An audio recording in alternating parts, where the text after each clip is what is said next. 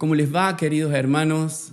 Estamos de nuevo juntos acá por YouTube y bueno, también por Instagram compartiendo este video que vamos a estudiar la palabra de Dios y estamos hablando acerca de avivamientos. Esta es nuestra serie de este tiempo y ya estamos entrando en nuestro capítulo 7. Han pasado siete sesiones, 7 prédicas sobre esto. Vamos a orar para que el Señor nos hable en esta mañana. Así que ahí donde estás, si estás solito, sabe que hay muchas personas en este momento que están orando y están estudiando la palabra de Dios juntos. Y si estás con tu familia ahí, tomarle la mano al que tenés al lado, así oramos y nos sentimos juntos y en familia. Vamos a orar. Querido papá, gracias por dejarnos compartir la palabra de Dios. Sentimos tu presencia en medio de nosotros cada vez que abrimos tu palabra. Deseamos que hoy nos hables sencillamente el corazón. Abro mi corazón para recibir de tu misma boca, de tu misma voz, tu palabra. Sembra en ella tu semilla para que produzca fruto al 100%. Así está mi corazón hoy. Estamos, Señor, encendidos para vos, abiertos a recibir de vos un avivamiento que transforme nuestras vidas, pero que también transforme nuestra comunidad y transforme nuestra ciudad y nuestro país. Gracias por lo que estás haciendo entre nosotros y gracias por lo que estás haciendo en tu iglesia. Te adoramos, Señor, en el nombre de Jesús. Amén. Amén. La semana pasada hablábamos acerca de lo que produce la gracia en nuestras vidas y la gracia produce muchas cosas. Hablábamos de este agradecimiento que se manifiesta en medio de emociones profundas tales como el gozo, la alegría, el llanto, la devoción y la adoración. Todas estas cosas empiezan a pasar en nuestras vidas y estamos agradecidos a Dios y muchas veces no tenemos palabras para expresar lo que Dios ha hecho en nosotros. Esta experiencia de perdón de pecados produce en nosotros este tipo de emociones. Ahora, hoy quisiera hablar de algo más profundo que esto, que es algo que también sucede en respuesta a la manifestación de la gracia de Dios. En medio de los avivamientos, cientos de personas que antes vivían para ellos mismos, ahora empiezan a vivir consagrados al Señor. Esta también es una respuesta a la gracia de Dios. La gracia de Dios se manifiesta y nosotros respondemos a veces con una canción, a veces con una emoción, con llanto, con un grito de júbilo, con lo que sea, pero más profundamente, y de esto quiero hablar en esta mañana, más profundamente produce en nosotros una consagración única que no se evapora fácilmente. No es un gozo que se va, sino que es un gozo que se queda y que produce en nosotros una consagración a la vida de Dios. Y un nuevo clamor se va a levantar en este tiempo. Hablábamos de los clamores y me gustaba representarte este avivamiento como una conversación con Dios, donde Él habla y nosotros respondemos. Esta otra respuesta, este otro clamor que se levanta, es un clamor mucho más suave, es un clamor más reverente que dice: Señor, acá me tenés, Señor, aquí me tienes, yo soy tuyo. Este es el clamor nuevo que se levanta: Señor, acá estoy. Soy tuyo, soy tuyo. El agradecido, el agraciado, no tiene con qué pagar esa libertad que ha recibido en el momento del perdón. Por lo tanto, lo único que tiene como ofrenda para Dios es su vida. No es otra cosa más que su vida. Lo que más valor tiene, por eso digo que es algo mucho más profundo que el gozo. Es nuestra entrega al Señor, es nuestra vida. La consagración es sin duda la gran respuesta a la gracia de Dios y esto ha pasado por siglos y siglos en la historia de los avivamientos. David Brainerd, quien fuera pastor misionero entre los aborígenes a mediados de 1700 en Nueva Inglaterra, él va a escribir un diario y en ese diario va a guardar las memorias de todos sus días. Y ese diario lo va a recopilar después Jonathan Edwards. Si alguien quiere ese diario, yo puedo pasárselo porque hay un PDF de ese libro, hermoso libro. Y él escribe un día como hoy, un 20 de abril, escribe estas palabras. Dice: estoy completando hoy 24 años de edad.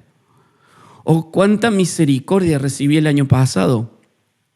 Con cuánta frecuencia Dios ha hecho pasar su bondad delante de mí. Y luego dice: difícilmente antes había deseado tanto vivir para Dios y dedicarme totalmente a Él. Querría pasar mi vida en su servicio y para su gloria. Claro, esto es lo que sucede cuando nosotros vemos pasar la bondad de Dios delante de nuestros ojos.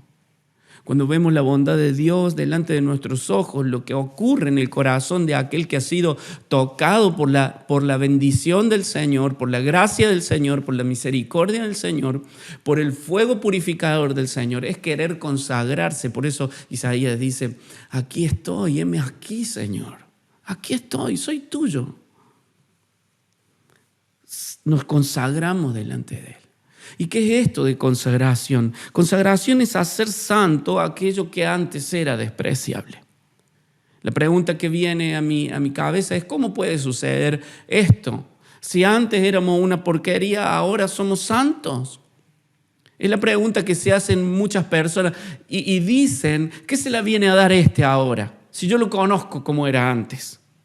Claro, pero es porque ha sido purificado de todo su pecado. Ya su alma ha sido lavada, su vida ha sido cambiada, su corazón ha sido limpiado y ahora está dispuesto para ser consagrado al Señor.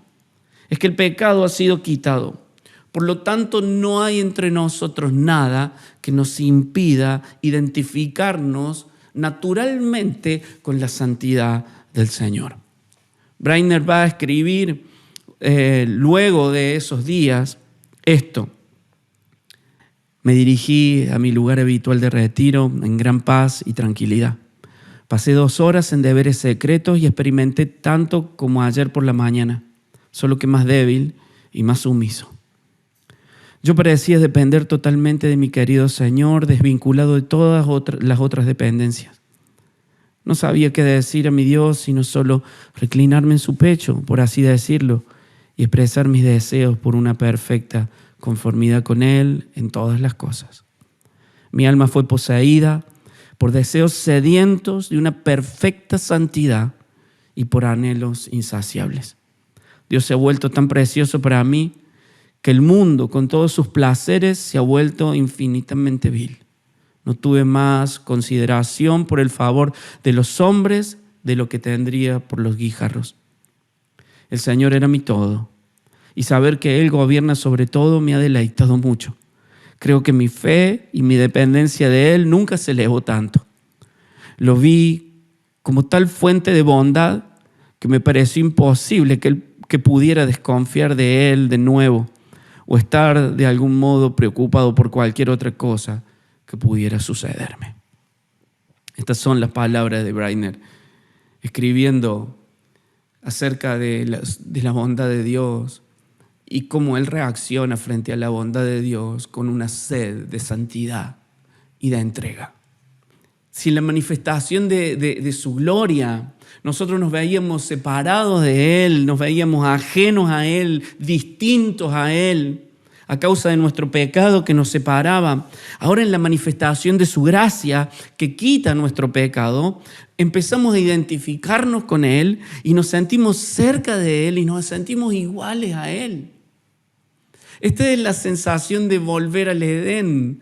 Esta es la sensación de volver a una relación con Él, porque ya no hay un pecado que nos separe de Él. Y somos hechos a su imagen y semejanza. Nuestro pecado ha sido quitado. Ese pecado ha sido cargado por Jesucristo. Por eso quiero decirte esto. Más allá de gozarte, es tiempo de consagración también y de poder entender de que no hay nada que te impida la santidad. Es ahí donde nosotros podemos responder a esa solicitud del Padre que dicen sean santos porque yo soy santo. Quisiera hacer un paréntesis hablando de esto. Si nosotros decimos que la santidad es una respuesta a la gracia de Dios, es lógico que sea imposible pedirle santidad a alguien que no ha recibido y que no ha corrido, o mejor dicho, a la gracia de Dios y que la haya abrazado para quedar libre.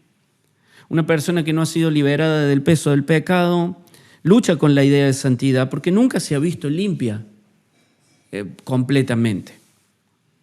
Estas personas se sentirán presionadas por las exigencias del Evangelio que nos invita a vivir de una vida pura y totalmente sana, y tarde o temprano optarán por alguna de estas opciones. O se convierten en personas que son fariseos o se convierten en pródigos.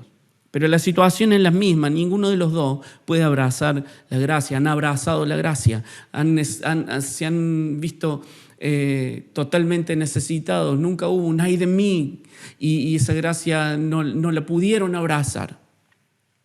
Tanto el fariseo como el pródigo funcionan de la misma manera, nunca ninguno de los dos han abrazado la gracia.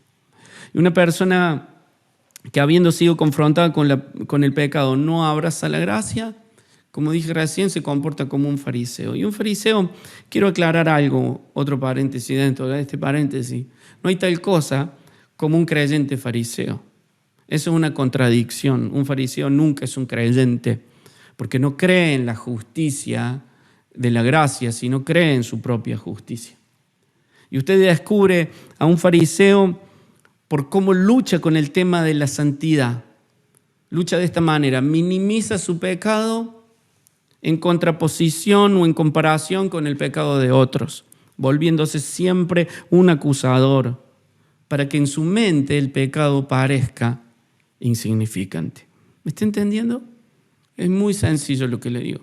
Muchas veces el fariseo funciona de esta manera, juzgando a los demás con su dedo para que en la multitud de pecados del otro, su vida parezca una vida de un gran hombre de Dios, de una gran mujer de Dios. Y esta es una actitud común en el mundo también. El que juzga el pecado de los demás nunca se siente juzgado. El que acusa nunca se siente acusado.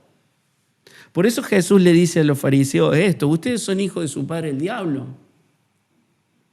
Dice, porque su padre es un homicida desde el principio, es alguien que mata a los demás. ¿Me entiende? De Satanás se nos dice, él es el acusador de los hermanos. Por eso el fariseo siempre se va a identificar así. Es una persona que siempre está mirando el mal del otro y nunca puede mirarse a sí mismo. Ahora, la otra manifestación de que una persona no ha recibido la gracia es que se comporta como un pródigo, se escapa, no ha sido capaz de abrazar la gracia de Dios. Entonces, frente a tantas exigencias del Evangelio, dice, yo no puedo llevar esta vida que quieren que lleve. Claro, pero nadie quiere que lleves esa vida. Es una vida normal para los hijos de Dios. La santidad es normal porque nos identificamos con Él, pero no se puede identificar porque no ha abrazado la misericordia del Señor, no ha abrazado la justicia del Señor, no ha abrazado la gracia. Entonces, tarde o temprano, huyen de nuestras comunidades, de nuestras iglesias. Y se convierten en pródigos.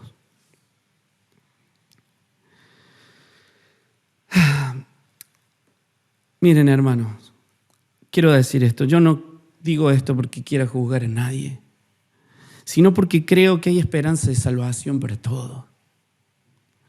Porque si bien Jesús ha manifestado su gracia para los de corazón de prostituta, para los de corazón de publicano, también veo en la palabra de Dios que Jesús se manifiesta a los fariseos, como a Nicodemo, ofreciéndole nuevo nacimiento.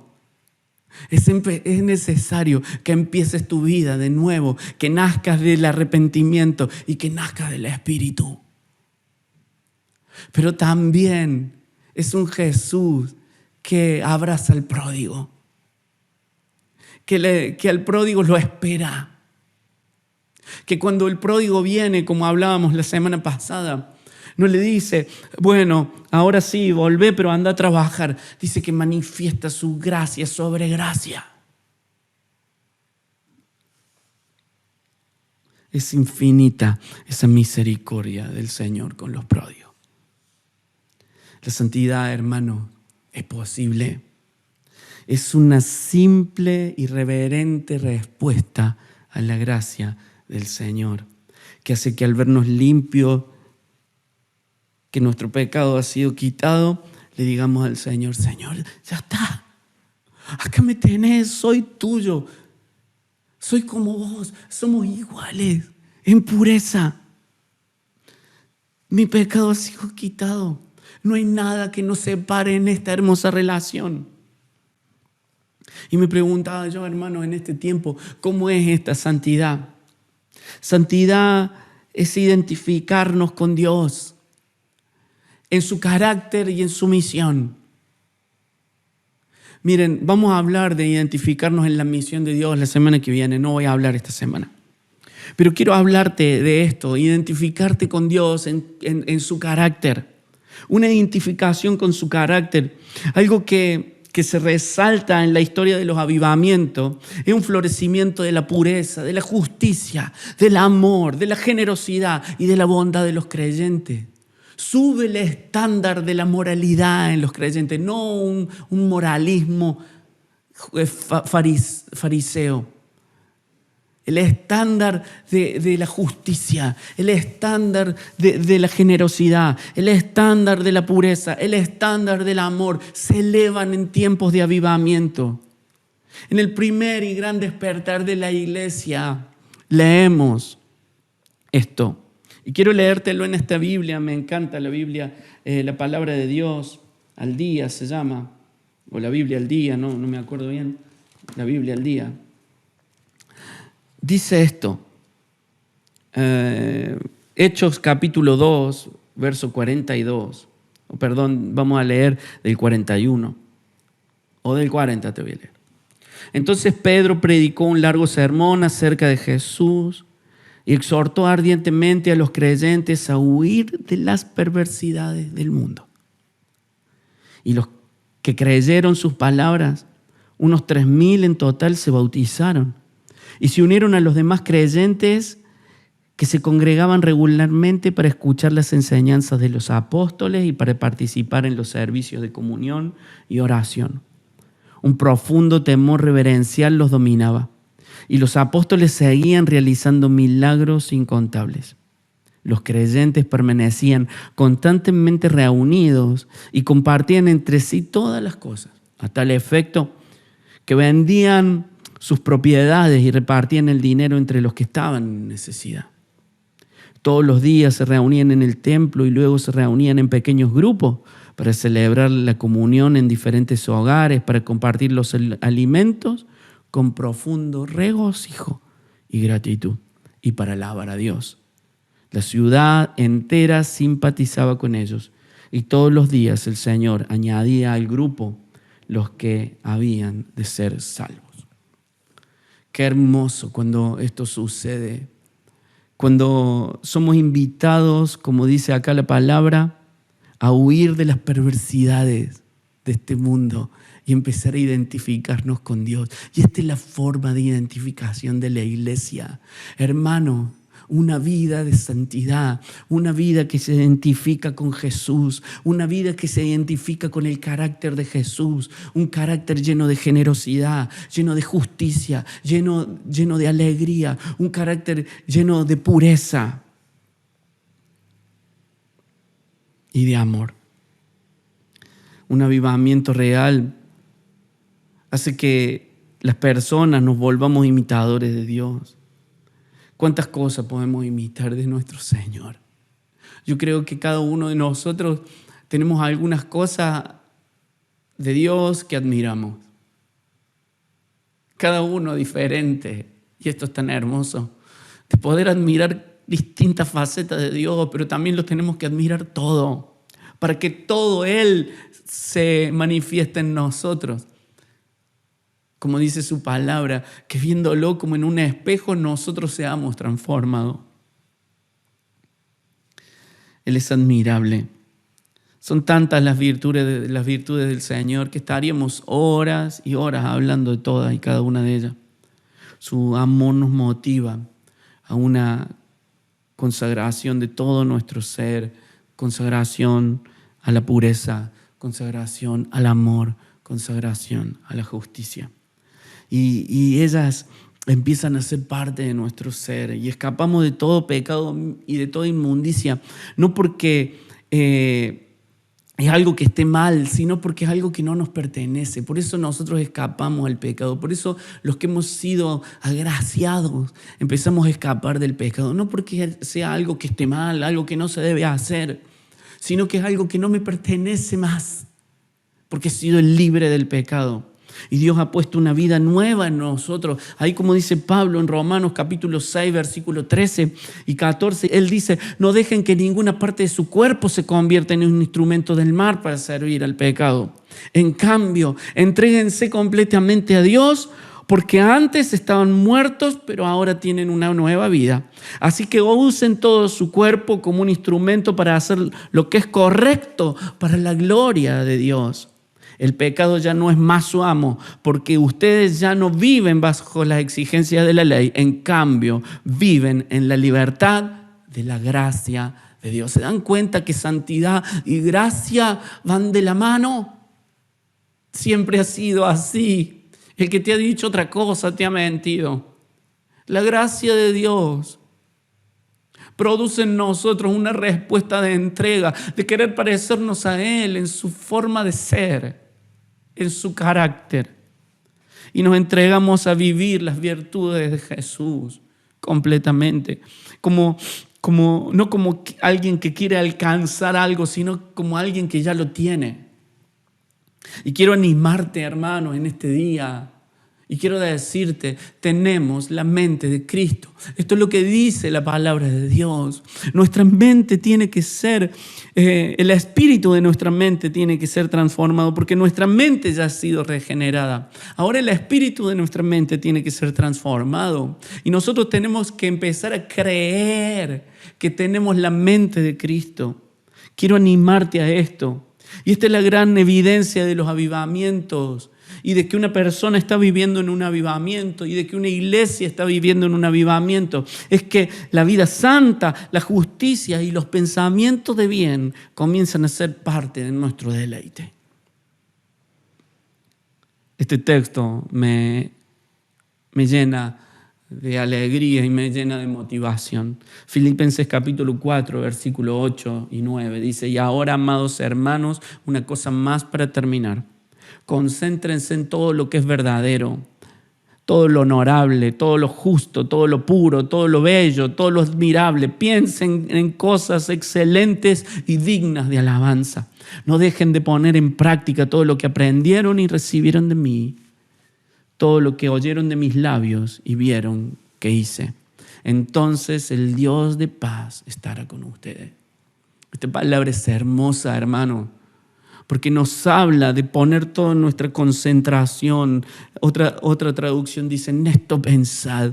Todo el tiempo piensen en lo que es agradable, todo el tiempo piensen en lo puro, todo el tiempo piensen en lo bello, todo el tiempo piensen en cosas excelentes y dignas de alabanza. Esto es santidad, esto es parecernos a Él, esto es querer ser como Él.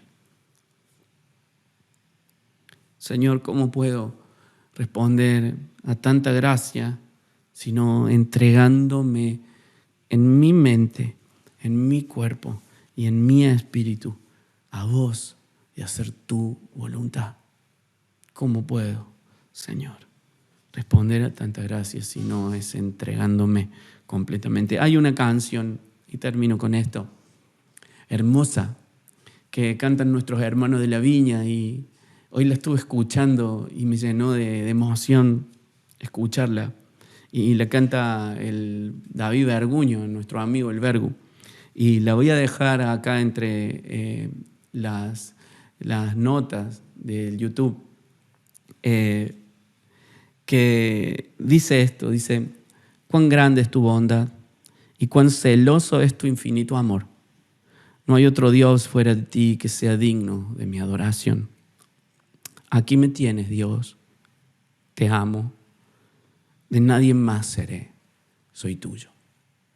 Que esta sea nuestra oración en este día, que podamos orar y consagrarnos al Señor frente a la manifestación de su gracia. Oramos. Señor, frente a tu gracia y tu misericordia, nos encanta alegrarnos y celebrar y festejar y agradecerte. Pero lo que más profundamente vos querés de nosotros es nuestra entrega total y completa. Esto es realmente responder a tu misericordia. Señor, por eso te digo esto. Acá me tenés. Yo no voy a ser de nadie más. Yo voy a ser tuyo toda mi vida. Quiero identificarme todos los días con tu pureza. Quiero identificarme todos los días con tu justicia. Quiero identificarme todos los días con tu carácter, con tu generosidad, con todas y cada una de tus virtudes. Acá me tenés, Señor. Soy tuyo. Gracias, Papa, por tu palabra. En el nombre de Jesús. Amén. Dios te bendiga mucho en este día y que podamos meditar en su palabra toda esta semana. Amén. Nos vemos. Chao.